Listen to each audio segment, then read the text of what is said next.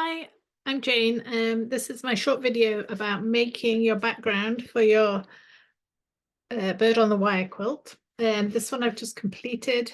It's about 24 wide by 22 deep. And I've put together a slideshow of my steps in progress. So I'm going to share my screen and hopefully this will work. Let's go back to the beginning. Okay. So this is just a picture of my inspiration piece that I saw. The frame with the wire and a few birds. So this is the sample for this class. You know, depending on the size of your background, will depend how many birds you fit on. So this one, I've just got one row with 4 birds. And what I did was completed and stitched the background. So then once I have my birds made and my border, I can apply those and then stitch those on independently. And this is a student work. So somebody bought this pattern and completed this at home.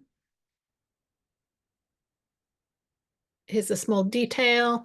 So for my background, I really went with like low volume. Some are prints, some are plain. There's a couple of handkerchiefs or corners of handkerchiefs in there. And then for my sample here, I gathered, many of these are like a cream color and white. There's that fabric bag with a print on it. And there's an embroidered piece I included. There's a couple of bits of lace I'll include.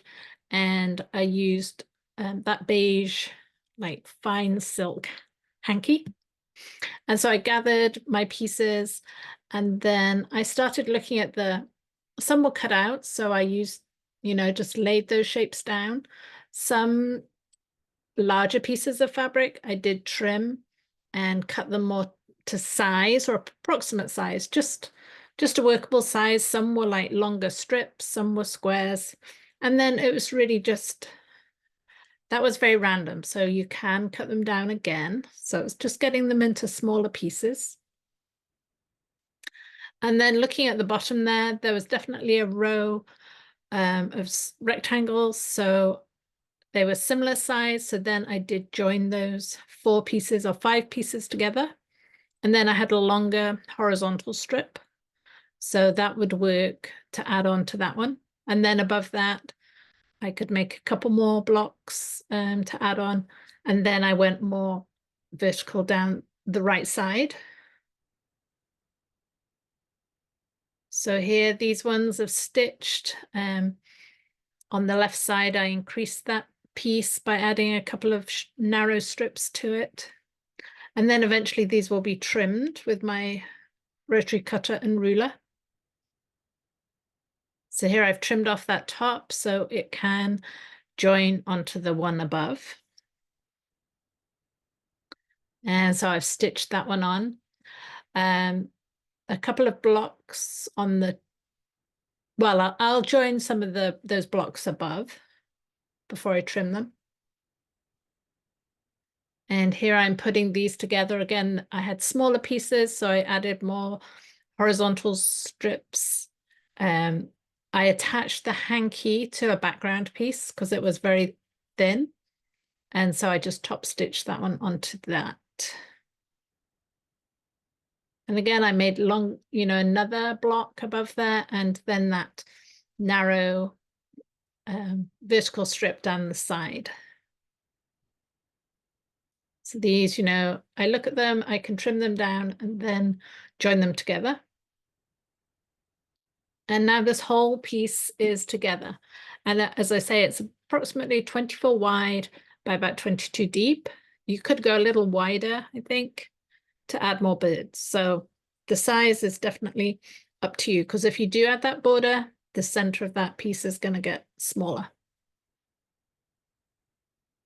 I had that word there and I didn't, hopefully it won't I didn't want it at the bottom to be covered by the border, and I didn't want it to be covered by birds. So I had to kind of think about where to place that.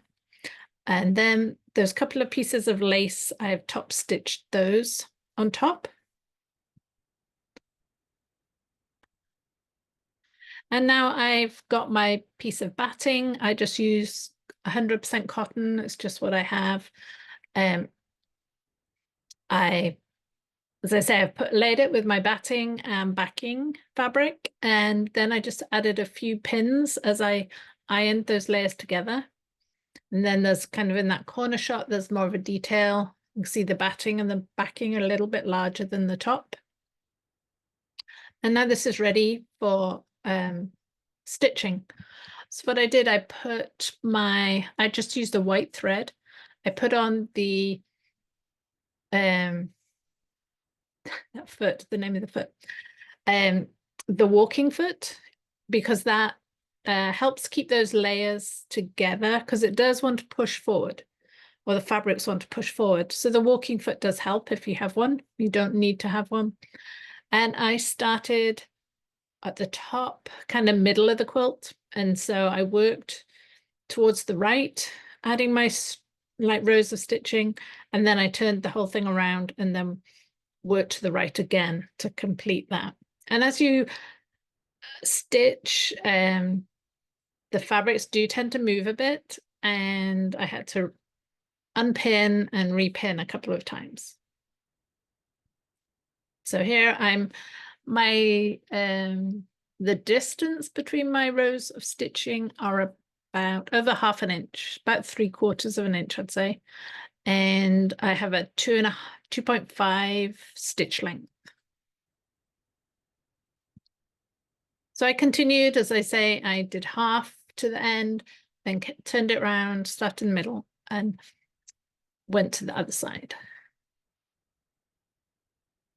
So now here it is complete, and then I can start thinking about adding my birds.